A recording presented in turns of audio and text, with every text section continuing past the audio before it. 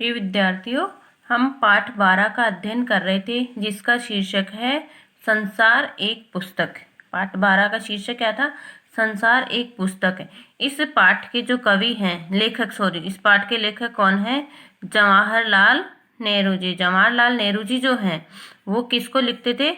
इंदिरा गांधी जी को। जवाहरलाल नेहरू जी जो हैं वो इंदिरा गांधी को पत्र लिखते थे। उन पत्रों में से ही यह लिया गया है। पत्रों में से ही यह एक पत्र लिया गया है।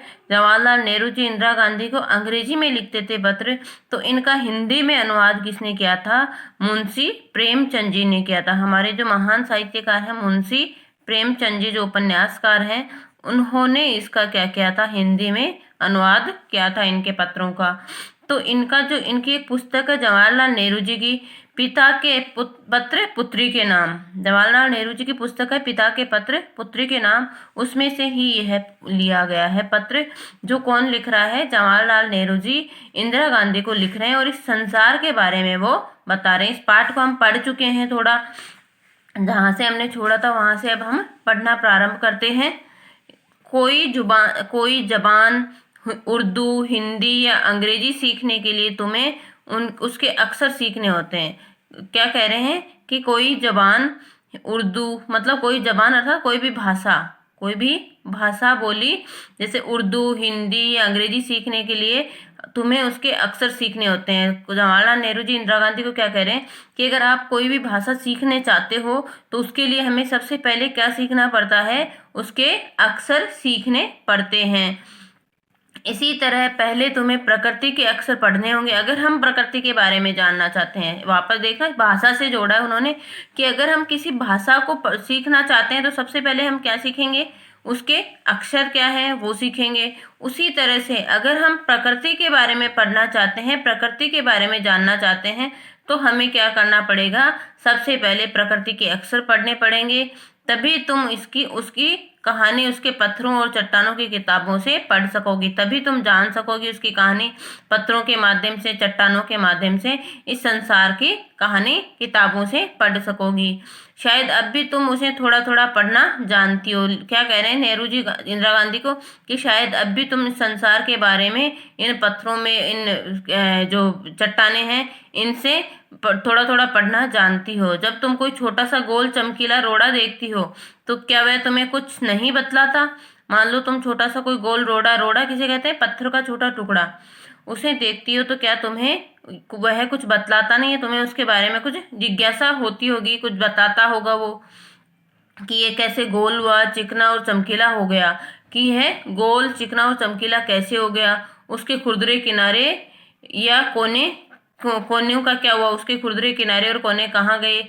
अगर तुम किसी बड़ी चट्टान को तोड़कर टुकड़े टुकड़े कर डालो तो हर एक टुकड़ा खुरदरा और नुकीला होगा। अगर बड़ी चट्टान का कोई भी टुकड़ा टूटता है तो सारे टुकड़े कैसे होते हैं? हर टुकड़ा जो है खुरदरा और नुकीला होगा। तो ये गोल चिकने रोड़े की तरह बिल्कुल नहीं होता। जिस तरह से ये गोल बिल्कुल चिकना रोड़ा है उस तरह से बिल्कुल नहीं होते। ये बातें तुम्हारे दिमाग में आती होंगी। फिर ये रोड़ा इतना चमकीला, चिकना और गोल कैसे हो गया? भाई यह रोड़ा जो है कैसे इतना चमकीला, गोल और चिकना हो गया? अगर तुम्हारी आंखें देखें और कान सुने तो तुम उसी के मुंह से उसकी कहानी सुन सकती हो।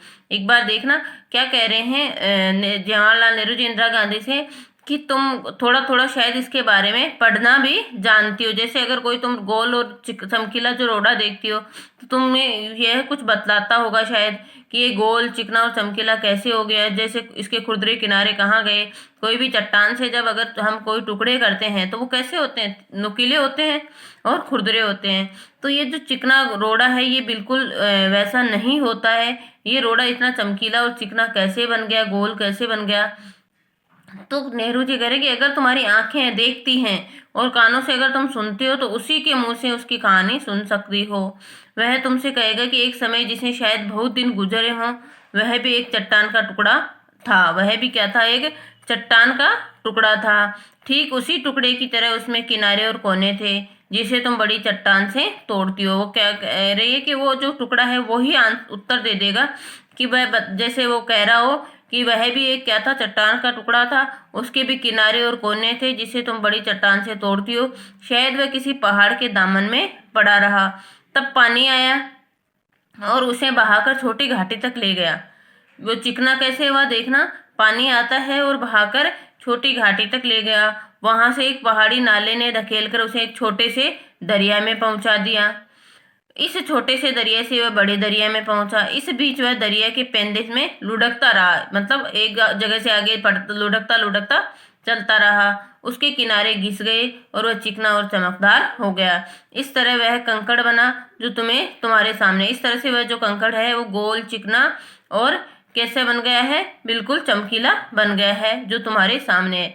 किसी वजह से दरिया उसे छोड़कर गया। दरिया जो है उसे छोड़ गया और तुम उसे पा गई। वह जो पत्थर है वह तुम्हें मिल गया, तुम उसे पा गई। अगर दरिया उसे और आगे ले जाता तो वह छोटा होते होते अंत में क्या हो जाता, बालू का एक जर्रा हो जाता। अगर दरिया जो है, मतलब पानी का जो बहाव है, वो उसे और आगे ले जाता तो वो और घिसता जाता, घिसता जाता और क्या हो जाता, बालू किसे गई, मिट्टी, बालू मिट्टी का एक जर्रा बन जाता, छोटा सा टुकड़ा बन जाता और समुद्र के किनारे अपने भाइयों से जा मिलता। जो समुद्र की मिट्टी होती है उसमें जाकर मिल जाता, जहाँ एक सुंदर बालू का किनारा बन जाता है। वहां पर समुद्र के किनारे क्या बन जाता है, एक बालू जो सी मिट्टी होती है ना, उनका किनारा बन जाता है, जिस पर छोटे छोटे बच्चे खेलते हैं और बालू के क्या बनाते हैं, घरौंदे बनाते हैं, घर बनाते रहते हैं।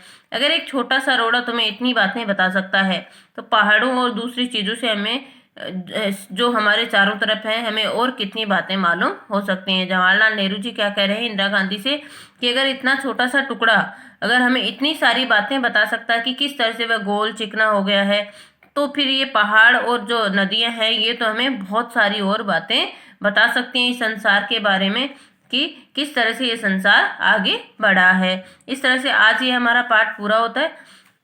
कल हम इसके प्रश्न उत्तर करेंगे। तब तक आज जो भी पूरे पाठ में से पूरा पाठ आपको पढ़ना है और पूरे पाठ में से जो भी आपको ओबीटी मिलती है वो ओबीटी आपको करनी है। एक बार वापस देख लेना, जवाहरलाल नेहरू जी के बारे में वापस पढ़ लेते हैं कि जवाहरलाल नेहरू जी का जन्म कब हुआ था। आपको ओबीटी मिलेंगी इसमें से, तो आपको करनी है, वीडियो आपको ध्यानपूर्वक देखना है। जवाहरलाल नेहरू जी का जन्म कब हुआ था, 14 नवंबर 1889 में। जन्म कब हुआ था, 14 नवंबर 1889 में। तभी तो हम 14 नवंबर को क्या मनाते हैं, 14 नवंबर को बाल दिवस मनाते हैं। क्यों मनाते हैं, उन्हीं के जन्म के उपलक्ष्य में मनाते हैं। क्यों, क्योंकि सभी बच्चे जो हैं नेहरू जी को किसके नाम से जानते हैं, चाचा नेहरू के नाम से जानते हैं। क्यों, क्योंकि नेहरू जी को बच्चों से बहुत अधिक लगाव था। नेहरू जी को बच्चों से बहुत अधिक लगाव था। उनकी मृत्यु कब हुई थी, 27 मई 1964 ईस्वी में उनकी मृत्यु हो गई थी। ये आजाद भारत के प्रथम प्रधानमंत्री। प्रश्न आता है कि आजाद भारत के प्रथम प्रधानमंत्री कौन थे, तो क्या होगा, पंडित जवाहरलाल नेहरू जी। बच्चों से उन्हें बेहद लगाव था। वे चाचा नेहरू के नाम से जाने जाते थे। जवाहरलाल नेहरू किस नाम से जाने जाते थे, चाचा नेहरू के नाम से जाने जाते थे। उनकी बेटी इंदिरा जब 10 वर्ष की थी तो नेहरू जी उन्हें अनेक चिट्ठियां लिखी। इसमें बताया कि उन्होंने इन चिट्ठियों में क्या बताया कि पृथ्वी की शुरुआत कैसे हुई, मनुष्य ने अपने आप को कैसे धीरे धीरे समझना चाहा, समझा, पहचाना। ये चिट्ठियां बच्चों में अपने आसपास की दुनिया के बारे में सोचने, समझने और जानने की उत्सुकता पैदा करती हैं। नेहरू जी अपने देश के बारे में बोलने बताने में विशेष आनंद आता था नेहरू जी को। ये सभी चिट्ठियां किस नाम से हैं, पुस्तक, सभी चिट्ठियां जो है नेहरू जी की वो कौन सी पुस्तक में संकलित है, पिता के पत्र पुत्री के नाम। कौन सी पुस्तक में संकलित है, पिता के पत्र पुत्री के नाम। और ये जो हमारा शीर्षक है संसार एक पुस्तक है, यह भी किस में से लिया गया है, इसी पुस्तक में से लिया गया है, इसी पुस्तक से साभार लिया गया है। खास बात क्या है कि ये सारे पत्र नेहरू जी ने कौन सी भाषा में लिखे थे, अंग्रेजी भाषा में लिखे थे। तो इनका हिंदी में अनुवाद किसने किया था, हमारे मशहूर उपन्यासकार मुंशी प्रेमचंद जी ने इसका क्या किया था, हिंदी में अनुवाद किया था। मुंशी प्रेमचंद जी ने इनका हिंदी में अनुवाद किया था। इस तरह से हमें जो नेहरू जी ने जो भी इंदिरा गांधी को बताया है, जो भी बातें बताई हैं, वो हम सब के लिए हैं। ये सारी बातें जो हैं इनके माध्यम से नेहरू जी सबको क्या देना चाहते हैं, एक महत्वपूर्ण संदेश देना चाहते हैं कि हम संसार के बारे में किस तरह से नई नई जानकारियां प्राप्त कर सकते हैं। ठीक है, ये पाठ आपको अच्छे से पढ़ना है और इसकी जो भी ओबीटी आपको मिलती हैं वो आपको करनी है। अगले वीडियो में हम इसके प्रश्न उत्तर करेंगे। धन्यवाद।